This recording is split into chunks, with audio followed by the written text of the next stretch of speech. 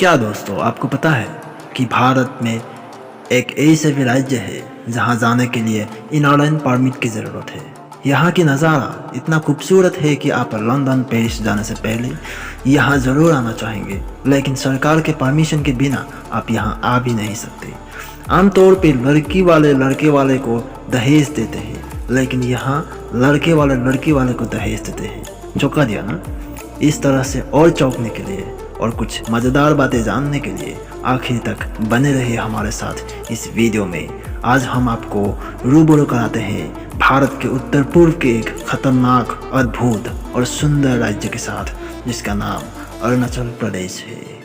तो चलिए वीडियो को स्टार्ट करते हैं। Let's begin. अरुणाचल प्रदेश भारत के उत्तर पूर्वी राज्य है। अरुणाचल का अर्थ हिंदी में उगते सूर्य का पर्वत है।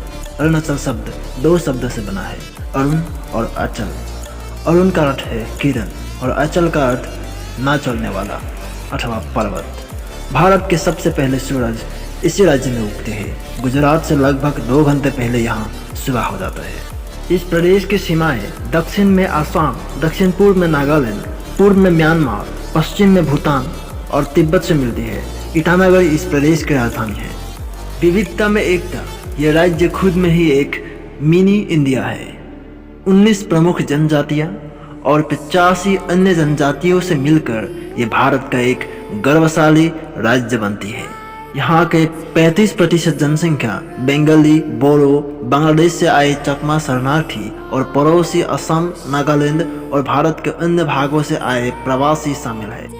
यहाँ के सबसे बड़ी जनजातियों में आदि, गालो, निसी, खमती, सिंगफो, मोनपा, अपतने आदि प्रमुख है। सभी जनजातियों की अपने अपने मौखिक भाषा है, मगर मुख्य रूप से बोलचाल में असमिया, हिंदी और अंग्रेजी भाषा है।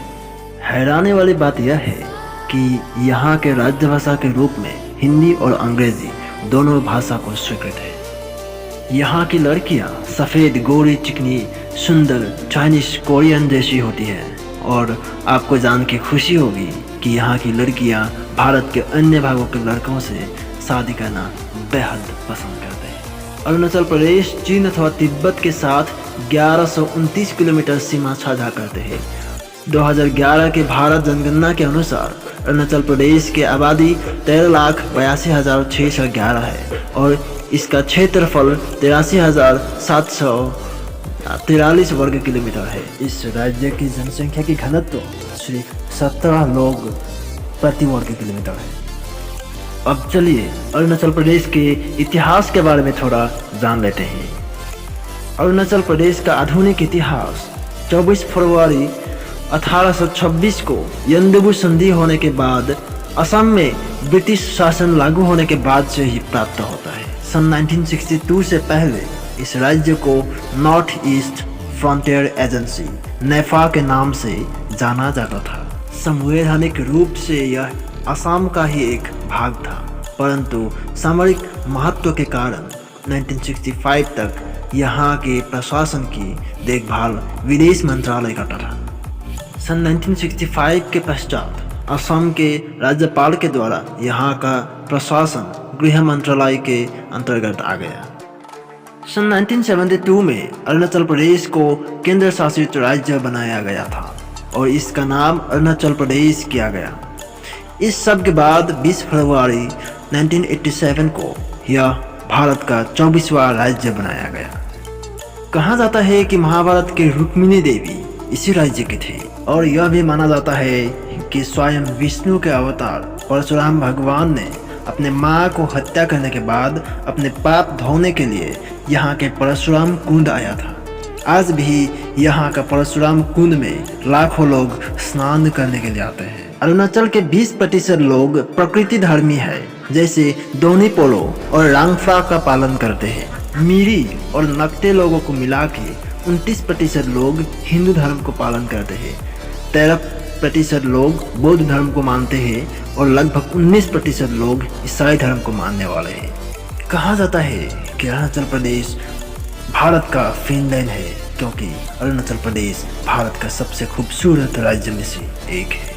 तवांग शहर अरुणाचल प्रदेश का सबसे सुंदर शहर है। यहाँ का सबसे खूबसूरत टूरिस्ट प्लेसेस के बारे में बता दूँ, जो Tawang, Itanagar, Namdapha national park, Aalo, Nuranang falls, Anini, upper Dibang valley, Ziro valley, Sela pass, golden pagoda of Namsai, Pasighat, Roing, Tezu, Changlang और दिरांग आदि है। यहाँ के लोग अपने संस्कृति से काफ़ी लगाव रखते हैं। विभिन्न संस्कृति और रीति रिवाज के होने के बाद भी सभी लोग अपने संस्कृति को लेकर गर्व महसूस करते हैं। यहाँ के कुछ मुख्य त्योहार के बारे में बता दूँ, जो Siang river festival, Pangsau pass winter festival, Ziro pass winter festival, Solung festival, Nyokum festival, Losar festival, Dree festival, Boori Boot festival, Loku festival, Sankan festival आदि प्रमुख है। भारत में सबसे ज़्यादा पहाड़ इसी राज्य में मौजूद है। भारत में सबसे ज़्यादा नदियाँ इसी राज्य में बहता है। इनमें से प्रमुख नदियाँ हैं ब्रह्मपुत्र नदी, कामेंग नदी, लोहित नदी, सुबनसिरी नदी, तिरप नदी, दिबांग नदी और दिहिंग नदी आदि। भारत में सबसे ज़्यादा जंगल इसी राज्य में है। भारत में सबसे ज़्यादा तेंदुए इसी राज्य में पाया जाता है।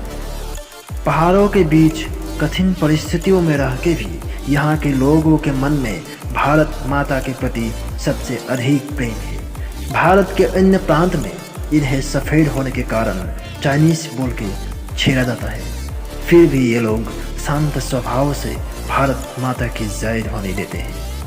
इन देश प्रेमी अरुणाचली भाइयों के लिए इस वीडियो को एक लाइक कर दीजिए और हमारे केडी वर्ल्ड नॉलेज चैनल को सब्सक्राइब करना ना भूलें।